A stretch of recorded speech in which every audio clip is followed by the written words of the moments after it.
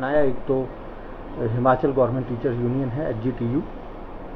और एक हमारे प्राइवेट स्कूल्स की एसोसिएशन है, उन्होंने भी रिप्रेजेंटेशन दिया कि ऐसा ऐसा विषय है, कुछ बच्चों के जो है अंग्रेज़ी विषय में मार्क्स कम हैं, जबकि वो अच्छे परफॉर्मेंस हैं और उनके मार्क्स अच्छे आने चाहिए थे। तो संडे हमने पूरा लगाया और कल पूरा दिन लगाया, और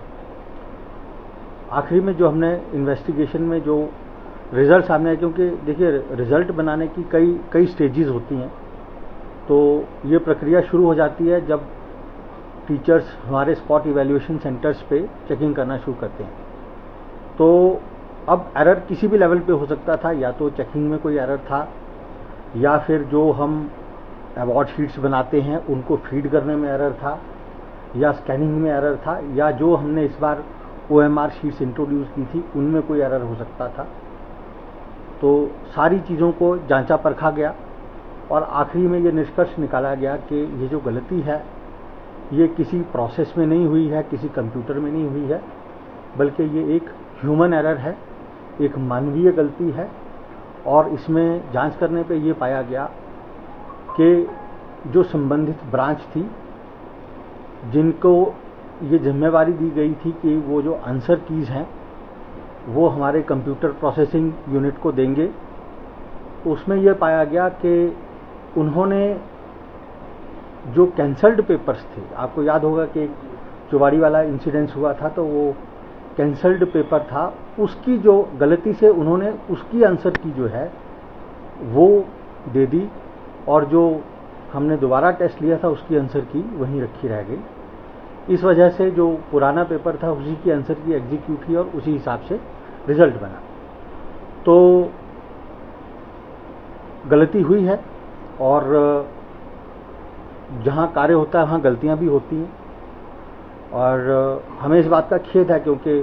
बोर्ड कभी नहीं ये चाहता कि हमारी वजह से, हमारी किसी गलती की वजह से बच्चों को कोई असुविधा हो। तो सबसे पहले तो मैं ये कहूँगा कि बोर्ड को इस बात का खेद है कि ऐसी परेशानी हमारे स्टूडेंट्स को आई, लेकिन हाँ, गलती हमने लोकेट कर ली है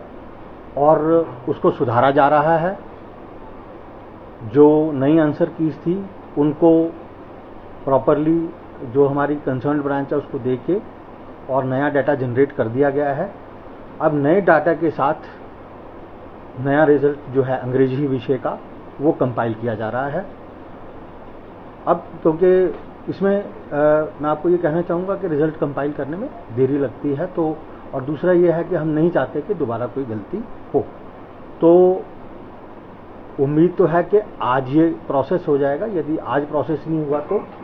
कल जो है इसको प्रोसेस करके हम दोबारा से जो अंग्रेजी का संशोधित जो रिजल्ट है उसको हम जारी कर देंगे। तो मैं छात्रों से ये कहना चाहूँगा कि आपको कोई घबराने की आवश्यकता नहीं है। जहाँ तक हमने विश्लेषण किया है, हमारे मैक्सिमम छात्र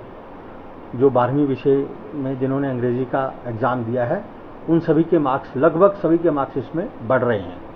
कुछ ऐसे छात्र हैं जिनके मार्क्स कम हो रहे थे, लेकिन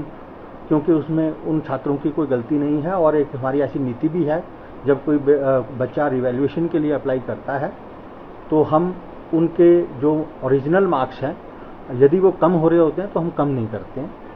बल्कि अगर बढ़ रहे होते हैं तो बढ़े हुए मार्क्स का लाभ हम स्टूडेंट्स को दे देते हैं। तो इसमें जो भी होगा संशोधन में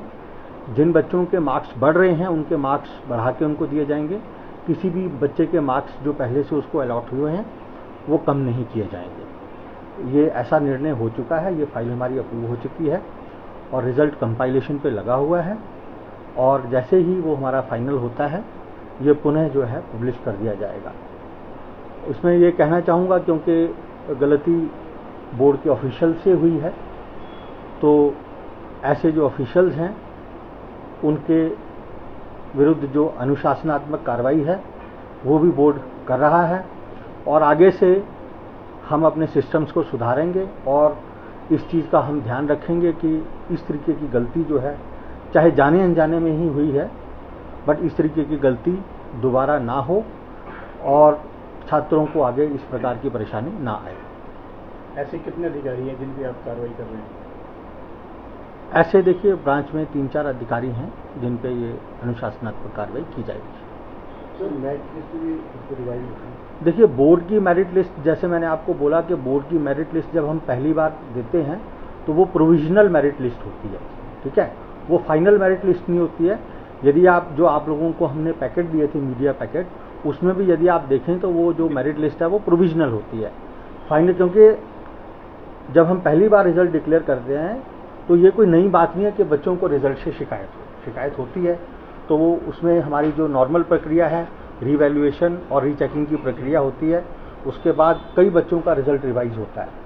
और रिजल्ट रिवाइज होने के बाद मेरिट लिस्ट भी रिवाइज होती है, तो ये कोई नई बात नहीं है। लेकिन क्योंकि इस केस में बहुत सारे बच्चों को शिकायत थी, तो हमने मामले की गंभीरता को समझते हुए, एक तो ये था कि हम उनको रिवैल्यूएशन के लिए बोलते, रीचेकिंग के लिए बोलते, लेकिन हमने वो ना कर, हाँ, लगभग 16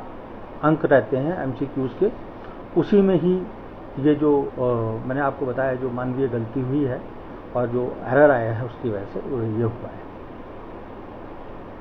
सर, जो रिजल्ट कंपाइलेशन की आपने बात करी, ये आज और कल की प्रोसेस में कंप्लीट हो जाएगा, तो उसके बाद से फिर एक ऑफिशियली एक रिजल्ट आएगा जिसमें अपग्रेडेड मार्क्स के साथ रिफ्लेक्ट हो? नहीं, कि हमने अंग्रेजी विषय की जो पेपर्स थे उनकी पुनः जांच की और जो भी गलती पाई गई उसको हमने रेक्टिफाई किया छात्र हित में, और छात्र हित में जो बढ़े हुए मार्क्स हैं उसको हम बढ़ा के जो है स्टूडेंट्स को वो पब्लिश करेंगे। सर, आगामी बोर्ड ऐसी चीजों से कैसे सचेत रहेगा, क्योंकि बड़ी ऑब्जेक्टिव के तौर पर मुद्दा आया, पूरे प्रदेश भर में इस वक्त टॉप लेवल मुद्दा बना हुआ है, तो आगे से ऐसी कोई खामी ना पाई जाए तो क्या कदम और रहने वाले हैं? देखिए, एक तो ये है, सबसे पहले तो आप लोगों को मालूम ही है कि ये प्रक्रिया जो है एमसीक्यूज की और ओएमआर शीट की हमने पहली बार अपनाई थी, तो हालांकि कोई मंशा नहीं थी हमारी कि ऐसी कोई गलती हो, लेकिन हो गई है, तो हम उसकी पूरी जिम्मेवारी भी लेंगे और आगे से हम ऐसी मैकेनिज्म्स बनाएंगे कि इस प्रकार की गलती ना हो। इसमें चेक्स एंड बैलेंसेस लगाएंगे कि जब